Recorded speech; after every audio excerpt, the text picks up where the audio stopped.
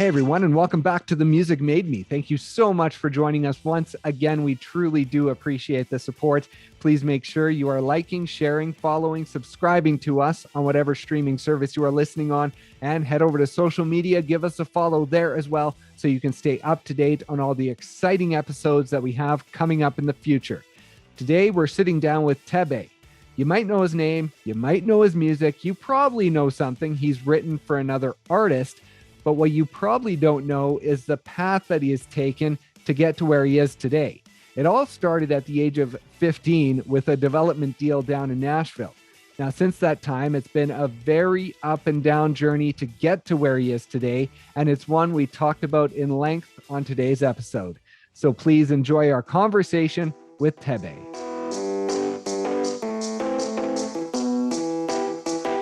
Ever since Somewhere in the Country, I have loved your music. But then I started researching you and I found out you had this whole other career that I had no idea about that started when you were really young. And so I'm really excited to talk about that. And I want to start all the way back at 5 years old, singing in church. Now, back then, do you have any memories of that and what music really made you feel back then?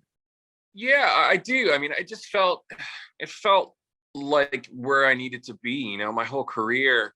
This is just what I was meant to do. I truly believe that. And I think I've known since I was really young, growing up and singing in church and then kind of transitioning into country music singing contests throughout Ontario when I was, under the age of 10 for sure. So it's been a life passion. I think I've always known that I wanted to be in the music business. But it took me a while to get there, but moving to Nashville at 16, I was all in pretty early. Yeah. And I heard you talk about the first instrument that you learned was the recorder back at 6 years old. And now, that's something we all learn in school, but learning that, did that have a different feel for you? Was it more than just an instrument that you were learning in school? No, not really. I mean, when you're that young, you're just trying to kind of find your way through everything. And I remember taking the recorder lessons. I remember doing guitar lessons and piano. And, after a certain point, I think it's kind of up to you to pursue that or not. And, recorder is not necessarily the sexiest instrument. Yeah, I was going to say, are we going to hear any recorder on any upcoming music that you have coming out? You never know. I'm always experimenting with new sounds. And what was the family life like as far as music goes and your parents? Like, you were involved in music as a young age. So was that because they were involved in music as well and music was a big part of their lives? My father's not necessarily very musically inclined, but he grew up loving music, and he kind of introduced me to country music as well as my mother. But my mother played the piano. She played for me every time I would sing in church. So that was really great. But I mean, it's not like I came from a family of singers. I don't really know. Sometimes, fate has other plans, and I feel like this is what I was meant to do. And a lot of musicians did grow up with the piano, but it was because their parents wanted them to take the piano, and it wasn't necessarily a positive experience for them.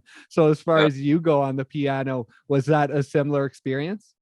No, I think I'm the one who actually asked to take the lessons. I've been all in on this for a long time, and I'm just glad that it worked out. It's been a really, really long road. When I think back, like I usually typically don't think back about these type of things, but when I talk to folks like yourself who bring it up, it's a great opportunity for me to walk down memory lane a little bit, because I'm just always so focused on the next, what's the next thing for me in my career. So it's nice to kind of take a little trip back every once in a while. Yeah, that's what I love to do, because I saw a great quote yesterday in, you're continually reaching forward, but when you get that next thing, it becomes the normal. You're not necessarily celebrating it.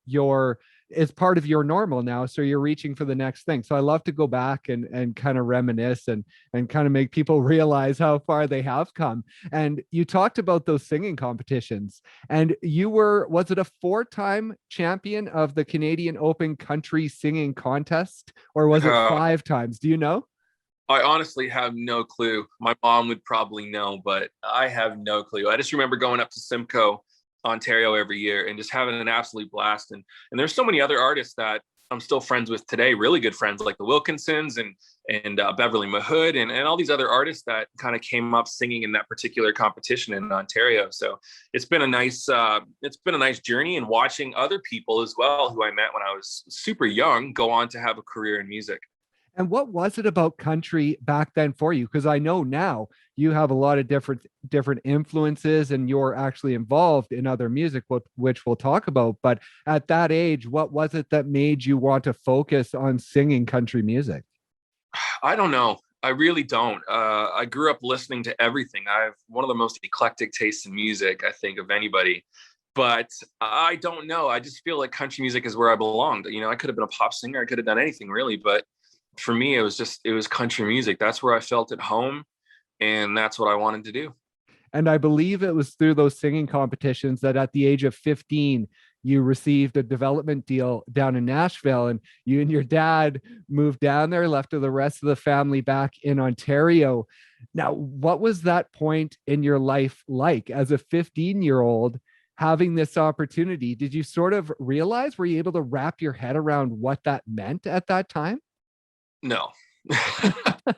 No. I think I was really fortunate because my entrance into the music business as a professional and getting that record deal, it was a complete fluke, and there was a lot of luck involved. You know, it definitely isn't that easy.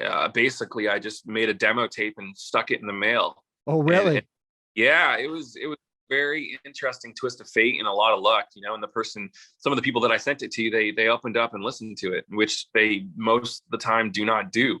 And then I found myself on a plane to Nashville. So, you know, I've obviously worked hard over the years to get to where I'm at, but it was a stroke of luck that kind of sent me in the right direction. So where did that recording come from? Did you do that at a studio back home, or where did that demo get done? Yeah, it was done in Toronto. It was actually part of the winning package for the Canadian Open Country Singing Contest. If you won, then you would get a demo recording session, which was for that, to promote your music and try and take it to the next level. And it ultimately worked out. And those 2 or 3 years that you spent down there at that time, what was that like for you? Like, what was that whole process like? It was very eye-opening. To be a kid from Ontario and moving to the South, even at that time, it was very, very eye-opening. Yeah, I think it shaped me a lot as a person. I've learned a lot about different cultures and things of that nature, just from you know, going so far to the left to so far to the right, by moving down to Nashville. But you know, it's home now. It's home for us. I've been here a long time, and my kids are here, and my wife and everything. So it's home for us. And at 15, did that make you grow up pretty quick being in that environment? I think so. There's a lot of pressure kind of put on your shoulders when you're that young, a lot more than you probably should have. And there's a reason why Scott Borchetta's record label is called Big Machine, because ultimately that's what it is. You're being thrown into this big machine, and you're trying to figure out how to stay above water. That's ultimately what this business is. And as a 15 or 16-year-old kid, that's even harder. And so you came back home after those 2 or 3 years. Things didn't really work out. You got involved in football in high school, and you had some scholarship opportunities with that. But you decided in the year 2000 to move back down to Nashville. Now, how did that decision all come about to want to go back down there? I think I knew that I wanted to do music, and I didn't want to work a quote unquote 9-to-5 job. Not that I'm trying to offend anybody, but it just wasn't for me. I knew that I had the abilities to have success in music, and I just had to grind it out. So I went, you know, moved back to Canada, met my wife, and then we packed up and moved to Nashville, bought a house and moved to Nashville. And we've been here ever since. Right. And so there was you moved back in 2000, right? And then it didn't work out again with what you had produced. So you moved back to Canada. That's when you say you met your wife. And so at that point, after two sort of failed trips in Nashville, that third time, that final time when you moved back, what was that like? I know it was, who was it? John Rich. Mm-hmm. He was a sort of a reason why you moved back down that third time, right? It was a call from him. Yeah, I mean, on my first experience living in Nashville, I just happened to meet and become friends with John and Kenny from Big and Rich, and it was right before their heyday. Really, I mean, we used to be in a little townhouse just writing songs, and they had a little bit of buzz, but they weren't even big and rich at that point. So it's kind of interesting to see how people you meet when you're kind of coming up go on to do pretty big things like John and Kenny. But yeah, I wrote a song with John and Kenny probably about 2 years before it was recorded by them. I was living in Toronto and got a call from John. It's like, hey man, we just cut the song that we wrote, and do you want to come down and put some background vocals on it? So I did, and that the rest is kind of history. I made the trip to made the move to Nashville again, and just kept grinding. I mean, it's a hard business. I get asked all the time by people, should I move to Nashville? Do you have any advice for me? And I literally say, the first thing I say is, how bad do you want it? Like, is this a hobby for you? And if it is, that's totally fine. But if you actually want to make this your career, you have to want it more than anything in the world and not really have a plan B. Because even though I'm successful at football, there was never really a plan B to go and do that. I wanted to be in music, and just got to stay with it. And I stuck with it, and here we are. And when you moved down in 2008, did you go down with a focus on songwriting, like becoming a songwriter and being able to get a footing that way before you kind of jumped off as an artist? I think so. I feel like I've come full circle, because originally when I moved to Nashville, it was to be an artist.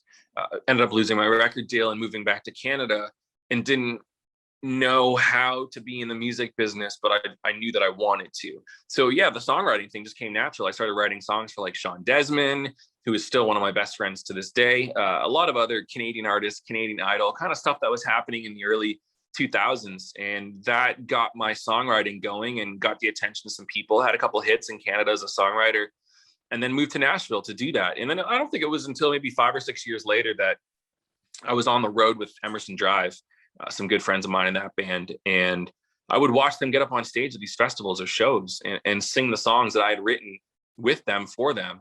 And I'm thinking to myself, guys, I sing pretty good. I think I could be doing this again. And that's ultimately how it all came together. I didn't stop writing songs for other people, but I put more of the focus on being an artist, particularly in Canada. And it's been a good little run we've had.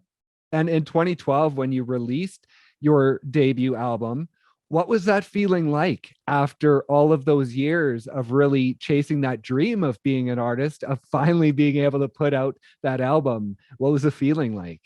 It was cool. It was cool. But I mean, I was still pretty young and just trying to find my way. So I don't think I really even understood what I was jumping into. But yeah, getting the music out was great. And every time I release an album to this day, I still get very, very excited for people to hear the music. I mean, we don't really call them albums anymore because it's kind of 8-song EPs. Yeah. But yeah, it feels good when you can release a collection of songs that you've worked on for however many years and put it out. And you've had really good success with songs charting in Canada. Like, not necessarily you've had the one number one, but every song, it seems, I think the only one that hasn't charted was Old School. And other than that, pretty much every single you've put out since 2012 has gone on the charts. What is that like to kind of have that confidence when you put out a song that your fans are going to be there to push that song along? Yeah, I feel like I still don't have the confidence that the songs that I put out are going to become hits. You honestly just never know. Music is subjective. I've learned that very early on in my career, that people like different things. Some people like more traditional stuff. Some people like more pop stuff. I mean, there's melodies that gravitate towards certain people and others they don't. So it's ultimately a crapshoot. I just put the music out that I love and I think are the best songs, and then go from there. But I think being a successful artist, the hardest thing is consistency. And if you look at some of the superstars we have in Canada, people like Dallas Smith or Brody, Brett Kissel, I guess you could throw in there. These are people that have consistent hits over the last 4 or 5 years. And I feel like I'm getting close to that point now, because it has been 4 or 5 years where we've consistently had hit songs. Whereas before that, I would have a couple songs that would do really, really well. And then there might be one or two that didn't do well. And it's really hard to sustain and grow your fan base without the consistency. So I feel like now where I'm at in my career, it's where I need to be. This is a great time for me because we are consistently having hit songs. And as far as the number ones go, you had your first number one with Justin Moore in 2017 in America. Then in 2018, you had Gord Banford in Canada. And then like a month after the Gord song went number one, Dive Bar, you had your own song go number one. And so what is that experience like, seeing a song you wrote that another artist has cut go to number one, as opposed to your own song go to number one? It's equally as amazing. The best part about writing songs that someone else records is kind of seeing what they do with it and hearing someone else's voice on it. With Dive Bar, it was really great just to hear Gord sing that song. And for any of the songs that I've written for other people, because when an artist takes a song, they ultimately make it their own. So yeah, I love having number ones. It's awesome. I've had quite a few over my career, and I continue to strive to have more. But it's not like I look back on them very often, it's not like I really, even in the moment, like you're just so, having the Billboard number one in the US, it was an incredible moment, and I tried to enjoy it as much as possible, but it's also very overwhelming. And I don't think until a couple of years go by, you can actually take a look back and appreciate what you were able to accomplish. And as far as a songwriter goes, I was going to ask you about that. When someone else records your song, what it's like when you hear it for the first time, because the best artists out there will make a song sound like they wrote it. Like you listen to it and you're like, there's no question that artist wrote that song because of the emotion they're putting behind it. So what is it like for you to hear your words and just have them put them into that song so well? Well, I think when it really hits me is when I see it live. Like if I go to a whomever show, a One Direction show or a Gord Banford show, just hearing the fans connect to the song is really inspiring. It can be difficult sometimes, because even if you're hearing a song that you wrote on the radio, there's still a little bit of a disconnect there, because you're not with people and seeing how they react to the music and lyrics that you wrote. So I always find it extra special when I get to go out on the road or see one of these artists sing my song for people, and I can really start to appreciate how much that song had an impact on the fans. Right. And I wanted to talk to you about sort of 2017, 2018. You were going into the Love a Girl EP, and you were going through some struggles. And basically before you started writing that EP, you took a trip. You got away because you needed to clear your head. Now, you have been open about your mental struggles in the past. And so I just want to ask you about that and the importance of talking about it and how that supports you in being able to be open about that. Yeah, I'm a huge advocate for mental health and the issues that people face. For the longest time, there was always a stigma attached to that. And I think that, in particular, Bell Canada and what they've done with Bell Let's Talk Day has been huge for kind of removing the stigma about mental health and depression and anxiety. And if people can hear, I think people would see someone like myself who's had success and who's made a pretty decent amount of money and stuff like that, and they would say, well, what does that guy have to be depressed about? Well, I always say that depression doesn't discriminate whether you're rich or poor or black or white. It doesn't really matter.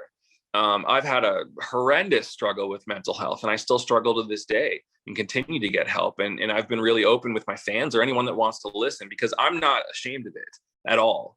And I want people to understand that just because your songs are on the radio or you're a celebrity or whatever, doesn't mean that you can't struggle just like someone else. So I've always been really open about that. I love talking to the fans about it. People come up to me at meet and greets, and we talk about things like that they're struggling with. And they say, thank you for being so open about your struggle, because it really helps me in knowing that I'm not alone here. And there's people that I look up to and who have depression as well. So, and is it a sort of double-edged sword with being a musician, in that it's sort of therapy writing the songs, but then when you're releasing the songs, that maybe is what brings up that anxiety and depression because you're so focused on what others are going to think about it and worrying about, wanting people to like that music?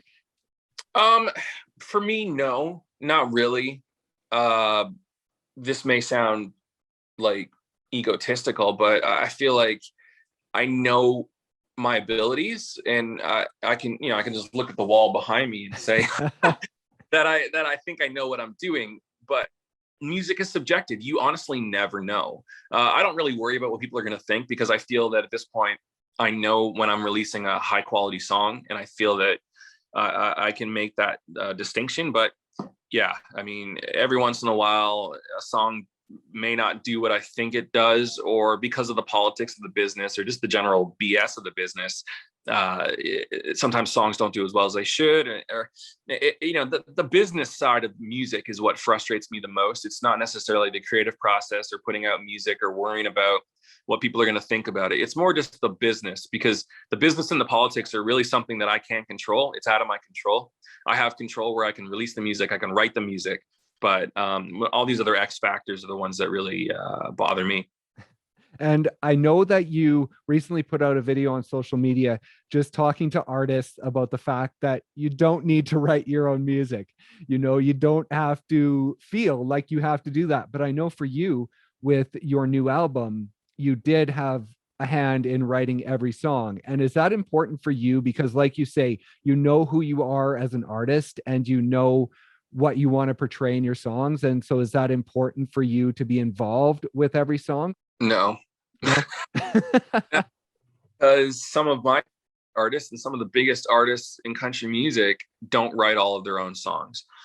Eric Church, Kenny Chesney, Tim McGraw, Blake Shelton. I think Tim McGraw has recorded maybe one song that he's written in his entire career. And I think I preach that a lot, and I don't want to get preachy, but it really, really bothers me when up and coming artists are so adamant about recording songs only that they've written. And it's a huge mistake. And I'm glad that I've had the experience to know better. But I always try to tell artists, but I told another one the other day that, like, I want to write my own songs. I'm like, yeah, cool. I mean, have at her. But Eric Church is one of the biggest artists we have, and he didn't write the first single off his last album. So what does that tell you? And for you, how has songwriting sort of supported your career? Like, if you hadn't have had the songwriting and you just wanted to be an artist, do you think you would be in Nashville right now? Do you think you would be an artist if you didn't have that songwriting side to sort of back up your career? No, because writing hit songs for other people is what allowed me to financially support my path towards having success as an artist. I think what set me apart from a lot of other people is that I had the finances to put it into my career. I could go out and do a tour, and I've done it in the past. I've done numerous tours where I've lost money. I've lost an incredible amount of money. But the only reason I'm able to do that is because I have the financial security that I've built with my songwriting. And it allows me to invest in my own career. And that's the difference between myself and some other artists that I see that are coming up. They just don't have that the finances and the money behind them to really make a dent. Because at the end of the day, the music has to be great, but this is a business. It's about money, and it's about reaching as many people as possible. And you get what you pay for. If you put the money in, then it'll likely come back to you. And as far as reaching people goes, in 2020, it was a crappy year, but for you, your music really made an impact and you were able to release some singles off the album that did really well. And so how positive was that going through 2020 and having those singles do well and being able to keep that momentum on the album? It was great. I think a lot of people were very concerned about their careers going into 2020, especially those who make their living playing music live. That's hard for a lot of people. For me, I'm glad that we were able to keep the music on the radio. So there was not much of a hiatus other than the fact that there's no live shows, but doing the virtual stuff, trying to be as active on social media as possible. But most importantly, just continue to deliver great records. And I feel like we were able to do that. And we had hits throughout this whole pandemic situation, which kind of kept me visible, and didn't really put a damper on my career too much, to be honest with you. I'm just excited to go out and play again. And the new one, Song of the Summer, that was one I heard that you got the idea basically when you're listening to the radio, and one of the announcers said, "What's your song of the summer?" And the song idea just kind of came to you, right? That's exactly how it was. I was listening to a pop radio station down here in Nashville, and they were asking their listeners, "What's your song of the summer?" And they were talking about different pop songs that had been out recently. And I heard that, and I'm like, you know what? That would make a great song title, because it doesn't matter where you're from, how old you are, what decade you grew up in. Everybody has a song of the summer that takes them back to their youth or their mid 20s or 30s, or whatever it may be. There's always that one song or several songs that can take you back to a certain place in time. So I think that's why people are really going to relate to this song, because it is the truth. It's real life. And that's ultimately what country music is about, right? And to have it coming out in the summer and to have the remix with Una Healy, what does that mean to sort of have that other version, to really get it out there? And will that sort of be going to pop radio perhaps with that remix? Is there a chance? The version of that song with Una is definitely going to pop and country radio in the UK, in particular Radio 2. BBC Radio 2 has been a big supporter of country music over there recently. So we're really hoping that they're going to jump on this record, but we're already seeing a ton of airplay over in the UK and Ireland, which is great. And then this is a great opportunity for us to meet each other's fans. Una is such a star over there, but hasn't really done as much in Canada or the US, and vice versa. This gives us a chance to meet each other's fans. So it just seems like a great collab. We asked her to do it. I'm glad she did it, and we've become pretty good friends. And the original mix, will it be going to Canadian country radio soon? Absolutely. We're actually going to give country radio in Canada the option to play whichever version they want. Oh, okay. Yeah, there's the original, there's the poolside mix, there's the Una version. Some might even want to play the acoustic version. Who knows? But we're going to throw the kitchen sink at Canadian country radio, and we're going to give them the opportunity to play whatever one they want. That is awesome. Well, there's still lots to talk about, but I know you have another interview. I know this radio club that you started with Sean Desmond. I just wanted to talk about that quickly, but because does that give you the opportunity just to kind of relive, you talked about having a very eclectic music mix growing up. So is that a chance to sort of live another lane of that musical inspiration? Absolutely. I mean, Sean and I have been friends for 15 years, and we're still best friends to this day. We get each other. We love making music together, whether it was writing for him back in the day or writing for me. And it was just one of those projects that I just wanted to do, not to be famous, not to really have people know who I am in that genre. It was just because we love making music. We just want to do it on our terms, write stuff that we love, and then hopefully people will dig it. And so far, we're off to a good start. The hardest thing for this whole project is realizing that we're starting ultimately from ground zero as a brand new artist, which is difficult because Sean and I have both had a tremendous amount of success on our own. So to kind of go back and get humbled a little bit and trying to get the thing off the ground has been very interesting. It's not a bad thing, probably, hey, to sort of relive that. No, not at all. Not at all. We're having fun with it. As I said, Sean's my best friend, and we're just having fun making music. And I think if you have fun, then ultimately the success will find its way to you. And are you working on any new country stuff? Can we expect a new EP or new music coming out soon from you?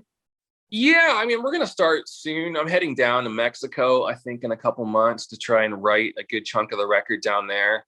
It's just an idea that I had because we're building a house down there right now. My family, or I am with my wife, and just to head down there and kind of get away from Nashville for a little bit would be nice. And we're going to do that and try to write the majority of the singles off this record when we're down in Mexico. Awesome. The Good Ones is the newest album. People can stream it anywhere. And Song of the Summer is the newest single. And we'll look forward to hearing that on radio soon. Congratulations on all the success and all that you've been able to do. Like I say, it's really fun looking back to where you started and seeing your entire journey and just the success you have been able to build. So congratulations. Don't remind me. It's been a long run. But that's good. It makes it worth it, right? I'm still here. I haven't hit 40 yet, and I'm still here in the game. So yeah, it could have been a lot worse.